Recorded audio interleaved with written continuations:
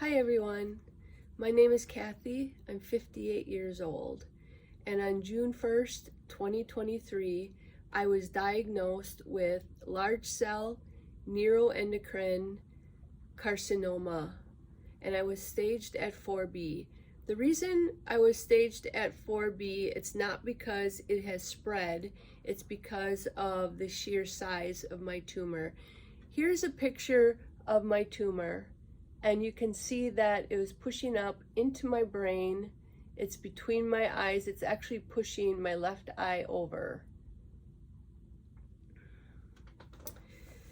I was seen by two surgeons, one at the University of Minnesota and one at Mayo Clinic, and they both have told me that it is inoperable.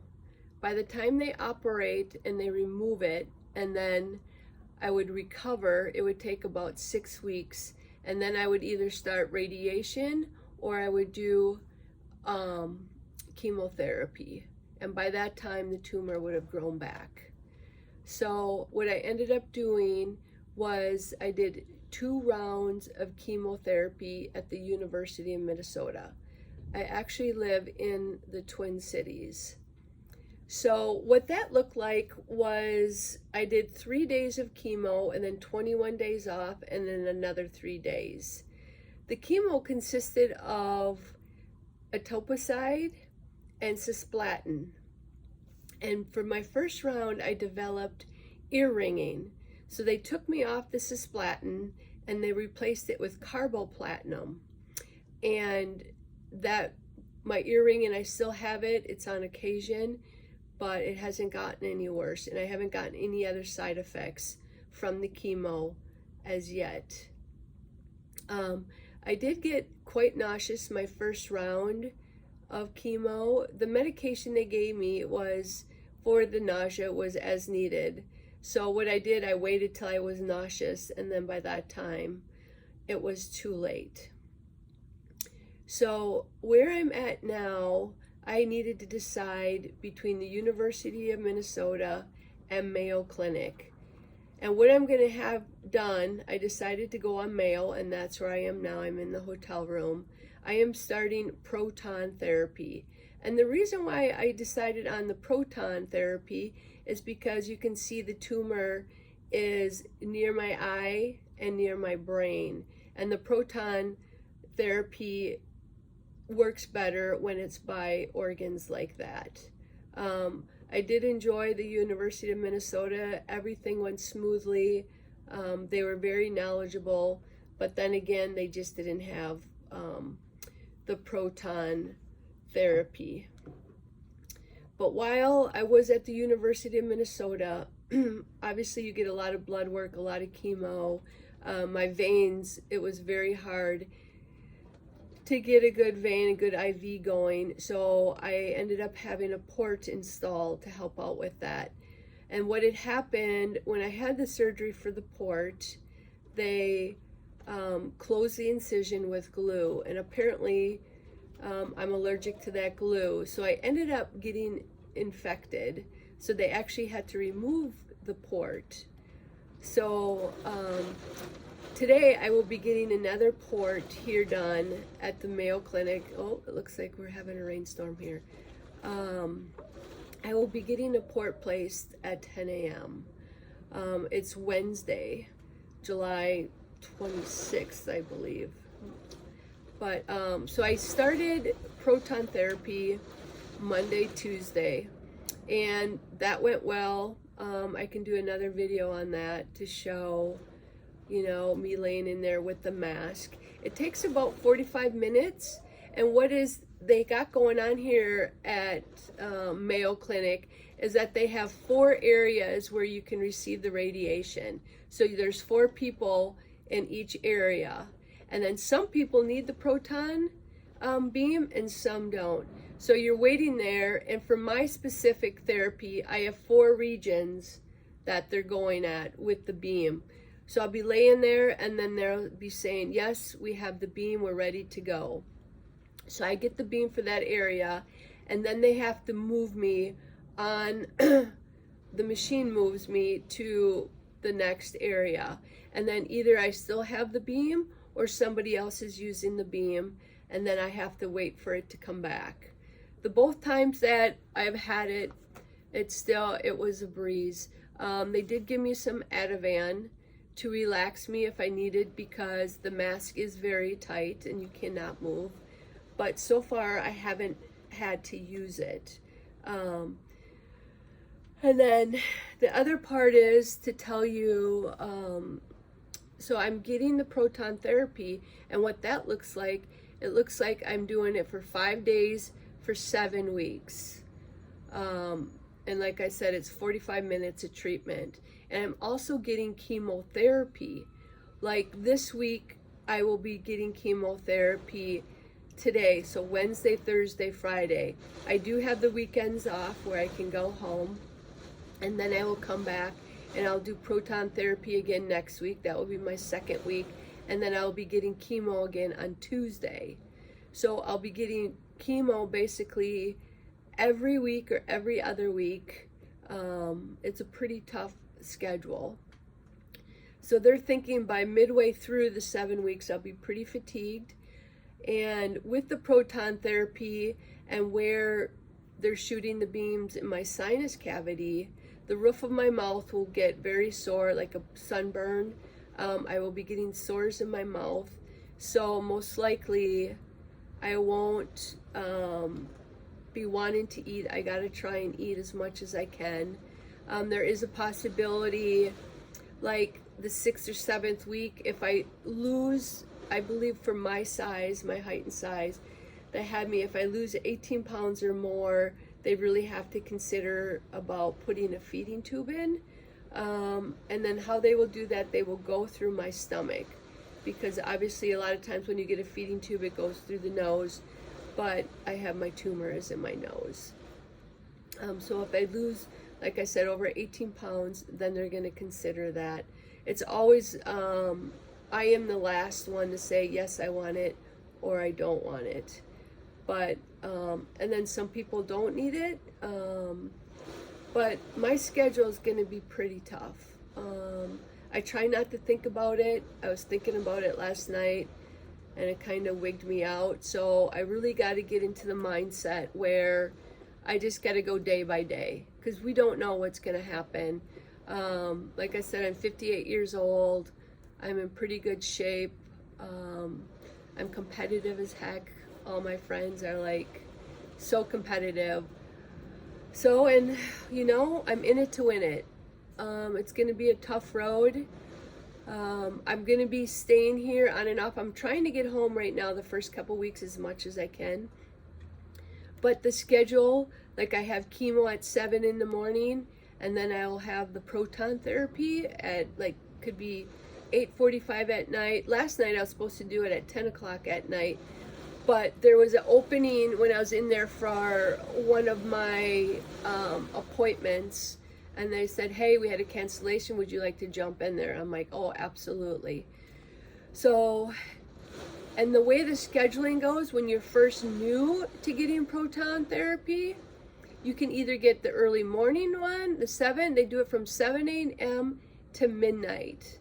So you could get, like I said, when you first start, you're going to get the 10 p.m.s, the 11 p.m.s, until you build up seniority.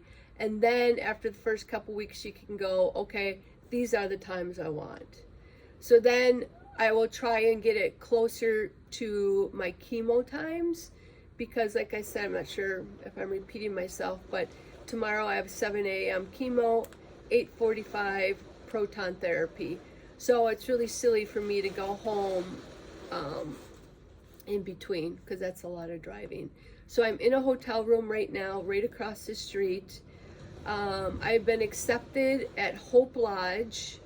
I will probably start over there in like 2 weeks. When you're at Hope Lodge and you get accepted into it, it's a beautiful facility, but you have to stay in there 4 of the 5 days, because a lot of people need it. So you have to really commit that I'm staying here. So we'll see to, like I said, the next couple weeks. You know, I'll probably be there. Maybe I won't yet. We'll see. But I'll just let my doctor, like, you know, and I see my doctor every week. I have scans every week. Of course, I have the blood work, especially because I'm doing the chemo every week. So that will tell, and then the way I feel will tell. But so far at the Mayo Clinic, everything is going pretty smooth. I've had, like, starting yesterday, I had a post on my page where I get my scheduling, and it just notifies you, you have 17 appointments in the next 7 days. So you do see a lot of people, the nutritionist, a lot of the nurses you see, you know, the chemo, the proton therapy.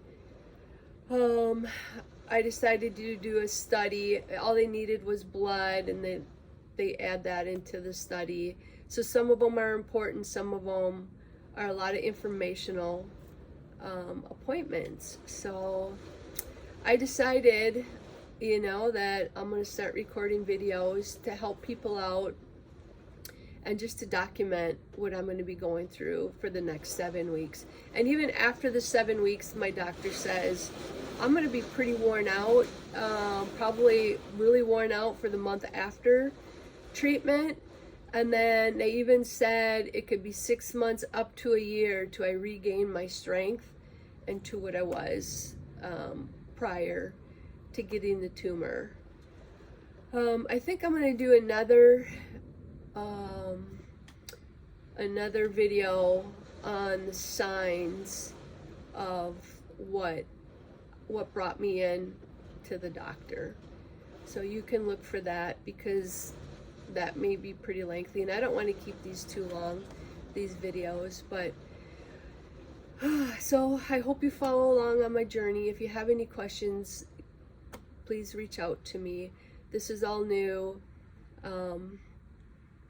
Like, just in the end, sorry, just finding out that I had the large cell neuroendocrine, the 4B. I didn't know a lot about it. When I did Google large cell neuroendocrine, a lot of it showed where it was from the neck down. It's in the lung, you can find it in the pancreas, you can find it in the intestines. So I really didn't find a lot of information on the large cell neuroendocrine in the nasal cavity. You know, I asked my doctors, obviously, how did I get this? Nobody really knows. In general, neuroendocrine is rare, but it's extremely rare in the nasal cavity, and it's extremely aggressive. Like, I started feeling symptoms in January 2023, and I guess I can go through some of the symptoms and not keep everybody waiting. I guess that would make sense. But I was very congested. I had headaches. I had, the sunlight bothered me. I always had sunglasses on. And being congested at night was horrible. I couldn't breathe through my right nostril. I guess I didn't put that all together, like it was my right nostril until later. I would take NyQuil at night. People around me had colds. So I thought maybe I'm just getting a cold. But it wasn't getting better. And then, you know, as the weather started getting better, everyone's like, oh, you know, you have allergies. And I'm like, gosh, I've never had allergies, but I know that you can get them at any time. So I just kept taking over-the-counter meds, and nothing was helping. I didn't understand. At some point, you know, walking up the stairs, I was short of breath. And I didn't understand that. Then I thought, well, I'm not feeling that well. I haven't been working out. So I ended up going into the doctor the day after Mother's Day. It was an urgency room. They're similar to an urgent care, but they can do more there. We have them in the Twin Cities. So I went in there. It was packed. A lot of people in there. I get in there. I told him my symptoms. And he's like, have you had sinus infections before? And I said, yeah, I have, but years ago. I haven't had a sinus infection, I bet, in 20 years. And then he went and he tapped on my sinuses. How does this feel? And I said, that feels fine. I go, I got a lot of pressure up here. I said, when I touch this area, it's very painful. And I started feeling a lump on this side. And I told him about that. He said, can I feel that area? And I said, yes, just be gentle. I said, usually when I have a sinus infection back in the day, they took an x-ray. Are we going to take an x-ray? And he says, no, I'm going to just give you some medicine. We'll give you some Augmentin, and then I should start to feel better between 3 and 5 days. Well, I did not feel better. I went back that following Monday, and there was a new doctor there, and I explained everything. I said, I really want an x-ray or a scan, and she agreed with me. So she gave me a CAT scan. And then I went in for the CAT scan and got back out, and it was like 30 minutes, 45 minutes. You know, I was extremely fatigued, so I ended up, instead of sitting in the chair, I laid down in the bed because I was getting tired. I'm like, what is taking so long? And I started thinking, like, this can't be good. This really can't be good. So she ended up coming in. She had her clipboard. She went and got a chair, and she went to sit down by me, and she put her hand on my leg, and I like jumped up, and I said, no, no, no, no, no. And she's like, I feel bad that I need to tell you this, but you have a very large tumor in your sinus cavity. So that's how I found out that I had a tumor. She did use the word cancer. I was surprised by that because obviously I didn't have the biopsy and things like that. But now I know that it was long, as you can see it, and it had jagged edges. So normally a benign cancer has smooth edges. And then cancer has, you know, has a little bit of edginess to it, and it did have that. I know that now, and that just from talking to the doctor after I was diagnosed. But just from that day, I went to the University of Minnesota, and that's when I started the CAT scans and had the biopsies. It took 2 weeks to find out exactly what type of tumor it was. I kind of knew it was cancer during the 2 weeks. Everybody's like, don't think that. But obviously Google told me it was cancer, what I was Googling, and how the shape and things like that, not necessarily where it was, because I knew that was really rare right off the get-go, that it was going to be something very rare on where it was located. So now I don't have to make that other video. So well, I hope you follow along, and I will try and make videos every couple days to show you my progress with the chemo and with the proton therapy. So I appreciate any prayers you'd like to give me and any thumbs up. I know I have this. It's hard. It's hard on everybody, my family and everybody. But I know I got this. And like I've said, I'm in it to win it. So we'll see you on the next video. Take care. See you soon. Bye.